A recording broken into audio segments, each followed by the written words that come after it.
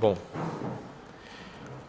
é uma satisfação chamar o nosso Raveiro André Lieberman, coordenador de educação na União de Judaísmo Reformista na América Latina, o JR, originalmente membro da comunidade judaica do Recife, mas que temos a felicidade de ter na nossa comunidade enquanto está vivendo no Rio de Janeiro. Te convido aqui, André, para fazer umas palavras, nosso Divar Torá aqui.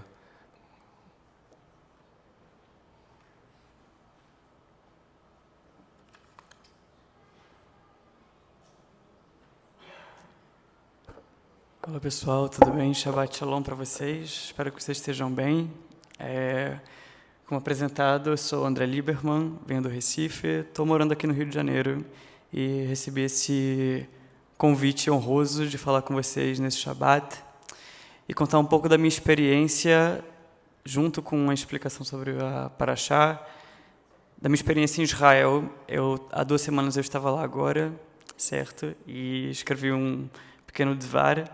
Tentarei ser o mais breve possível, o que para um educador é difícil, mas tentei me esforçar bastante.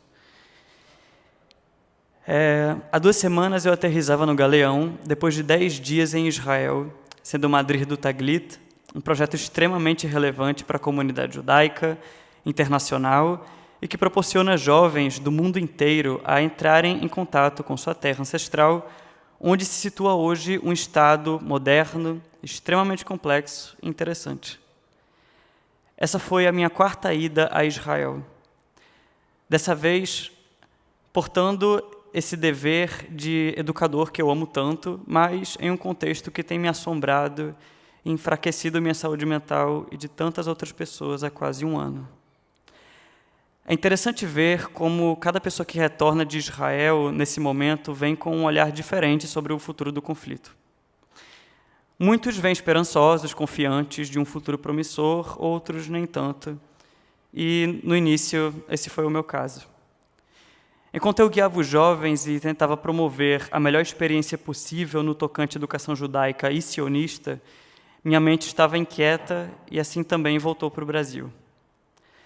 Dentro do próprio programa, tivemos um momento de ativismo ao ajudarmos na construção de jardins terapêuticos em um hospital em Tel Aviv, onde muitas vítimas da guerra estão internadas e não podem sair do ambiente hospitalar. Ali eu pude conhecer jovens como eu, na casa dos seus 20 e poucos anos, que tiveram traumas adicionados em suas jornadas, ainda tão tenras da vida. Também pude, de forma individual, quando não estava servindo ao programa, visitar algumas vezes a sede do Standing Together, o maior movimento judaico-árabe pró-paz que já existiu no país. Até mais que o Shalom Arshav. Em todos os momentos, conversei com quem conseguia, e depois de tantas conversas com judeus e árabes nesse período, que pude estar no nosso querido lar, além-mar, a conclusão que cheguei foi um tanto angustiante. Ouvi de uma das vítimas do hospital, um jovem soldado, também da minha faixa etária, claramente abatido psicologicamente, como ele só queria poder viver sua juventude. Ao contrário do que muitos entusiastas do exército pensam quando falam da bravura dos jovens soldados israelenses, que de fato existe, pois exige-se coragem para estar onde esses jovens estiveram e estão agora, há ali um jovem fragilizado, com cenas que nunca sairão de sua mente. E seus pais, com certeza, não gostariam de ver seus filhos indo para um campo de batalha. Imaginem as mentes de quem está também em cativeiro, há tantos meses como reféns. Do outro lado, eu pude também ver palestinos da Cisjordânia que perderam parte significativa de suas famílias que moravam em Gaza. Imaginem, portanto, não só os civis palestinos que estão perecendo pelos bombardeios, mas também da fome quando o Hamas limita o acesso a fontes básicas da vida. Perguntei a ambos os lados sobre o que eles pensam do futuro, e as respostas eram, em sua maioria, em um teor de eu não faço ideia, mas eu não vejo com bons olhos se continuar do jeito que está. Os civis estão cansados, os combatentes também. A guerra cansa. Se para nós na diáspora nos angustia tão fortemente, imaginem para quem não sai daquele cenário presencialmente. Ninguém quer ver seu filho indo a um combate armado, enquanto o líder de um país grita que estão preparados para tudo, de ambos os lados, De fato estão, de alguma forma, mas quem paga os traumas, os resultados dos esforços que muitas vezes desafiam o senso moral de cada pessoa ali presente fisicamente do conflito, seja um combatente, um civil ou um refém.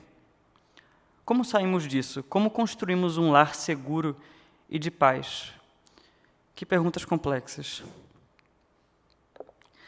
Ao me deparar com as parashiot que lemos nessa semana, também me vieram desafios. São parashiot complexas que também falam de conflitos e que muitas vezes nós, judeus, estamos em um local ativo de violência nessas parashiot. Mas algo me intrigou muito na narrativa dessas parashiot. Na verdade, na Parashá Maaseh, na narrativa de um acordo entre Moshe e a tribo de Ruben.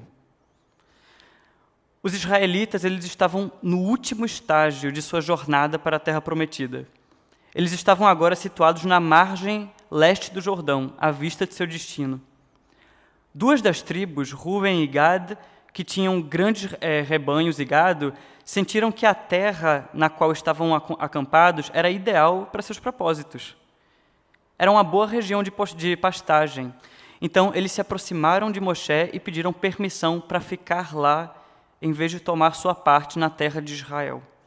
E disseram, em Bamidbar 32:5, se achamos favor aos teus olhos, Moshe, que essa terra seja dada aos teus servos como nossa possessão. Não nos faça atravessar o Jordão. Moshe, enquanto líder, ele poderia ter apenas dito, não. Eu não vou aceitar, e não me peça explicações da minha decisão. Mas não. Primeiro, ele relata os medos dele. Os expõe com as possibilidades perigosas que poderiam acontecer ao conceder esse pedido. Moisés lembrou aos homens de Ruben e Gad o que havia acontecido no incidente dos espiões algumas parashiot atrás, quando simplesmente deixaram de seguir a ideia de ir até Eretz Israel, mesmo com todos os problemas, quando eles interromperam esse processo. Mas Moisés, quando fez isso, foi direto, honesto e bem confrontador. A tribo de Ruben, então, faz algo muito interessante. Antes de dizerem algo, a Torá fala em hebraico, Vaigshu elav vayomru. Eles se aproximam e disseram alguma coisa, uma pausa. O fato deles terem se aproximado, o uso da palavra em hebraico que é usada, Vaigshu ou Vaigash, tem uma posição muito importante nesse momento. Imagine que estamos eu e você em um local, resolvendo um conflito. Se eu fisicamente me aproximo de você e faço esse gesto de estender a mão, de estender o meu braço, como que você lê isso? Quando eu me aproximo de você, eu encerro a distância entre dois possíveis rivais em uma negociação e eu falo com você como um ser humano para um ser humano. As pessoas da tribo de Ruben se aproximam e falam, edificaremos currais aqui para o nosso gado e cidades para nossas crianças. Porém, nós nos armaremos apressando-nos adiante de Israel até que levemos ao seu lugar. E ficarão as nossas crianças nas cidades fortes por causa dos moradores da terra. Anteriormente, Moshe, antes disso, ele trouxe uma resolução com condições e consequências. Algo mais formal, e válido também. Porém, o grupo de Ruben traz uma resolução diferente. Eles ouvem ativamente os medos e as preocupações de Moshe e respondem diretamente, oferecendo algo profundo e uma das moedas mais básicas que um ser humano pode oferecer a outro, que é a confiança. Sim, Moshe, nós ouvimos e acolhemos o seu medo, e nós não vamos só lutar ao seu lado, mas vamos estar à frente. Não vamos só neutralizar o seu medo, mas nós vamos te ajudar. E a diferença da proposta deles é que não envolvem condições, eles fazem por fazer. E Moshe responde que se eles cumprirem o que estão prometendo a ele, pausa, o que é que a gente espera? A gente espera que ele responda, tá, se vocês cumpriram o que prometem, consequência, vou lhe dar o pedaço da terra que vocês pedem. Mas não. Ele diz que se eles cumprirem o prometido, eles serão considerados inocentes por Deus. E se não cumprirem, terão pecado contra ele. E eles saberão disso.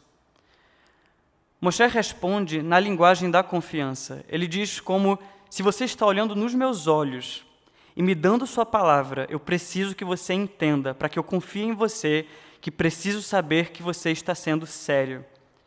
É mais profundo que as consequências físicas. Se você entende o que eu preciso, então eu estou pronto para um acordo. E o acordo é feito publicamente depois por Moshe, com todos os outros israelitas. Nesse acordo com os outros israelitas, ele volta com a primeira linguagem de consequências, mas com outro contexto para que haja uma diplomacia efetiva. Até hoje, em audiências do direito, a gente pode ver que juízes podem ser incríveis em seus trabalhos de tomar decisões, mas muitas vezes os melhores acordos são quando as duas partes se reúnem, se aproximam e falam: olha, é isso que eu estou disposto a fazer, deixar minha reputação de lado, em nome de ouvir seu medo e saber que farás o mesmo para que confiemos na palavra um do outro. Mas, André, é possível falar em confiança e um trato sem condições e consequências na realidade em que vivemos? Já tentamos propor paz antes. A realidade de hoje não permite tal coisa. Com certeza não. Não na realidade política entre as lideranças e os grupos que estão à frente da narrativa que tem sustentado esse conflito por décadas. Uma nova realidade precisa surgir e é o que os movimentos de paz estão propondo naquela região. Uma realidade irreconhecível para a qual vivemos hoje, mas que tem que ser construída de base por nós, sabendo que do rio ao mar, nenhum dos povos vão sair de lá. Para algumas pessoas isso pode soar loucura, dada a nossa realidade. Soava para mim, até mesmo depois de conhecer essas frentes de perto, até que eu entrei em contato com textos de pensadores, sonhadores, que pensavam em realidades impossíveis, que às vezes confessavam a talvez impossibilidade de seus sonhos até que elas se tornaram realidade. O Estado de Israel é um exemplo, ele é um milagre que construímos. A realidade ela é mais flexível do que nós imaginamos. Antes eu pensava muito em manter essa minha luta pela paz como uma luta sem fim e que terminaria quando não restasse mais ninguém para representar esses valores. Mas o futuro é tão incerto. E que bom que ele é. Foi por não acreditarmos num futuro sonhador e resiliente que ficamos mais 40 anos no deserto. Chegou a ser uma desobediência divina deixar de sonhar um futuro irreal, mesmo quando as circunstâncias não permitiam um argumento racional sobre esse futuro. É com ele que possivelmente chegaremos em uma terra de convivência e paz. E se não chegarmos, saberemos que estivemos cumprindo o que há de mais lindo e humano em nossa tradição. Citando o livro de Tehillim, de Salmos, quem é aquele que deseja a vida, ama viver e deseja ver o bem? Afaste-se do mal e faça o bem, busque a paz e persiga. Shabbat Shalom.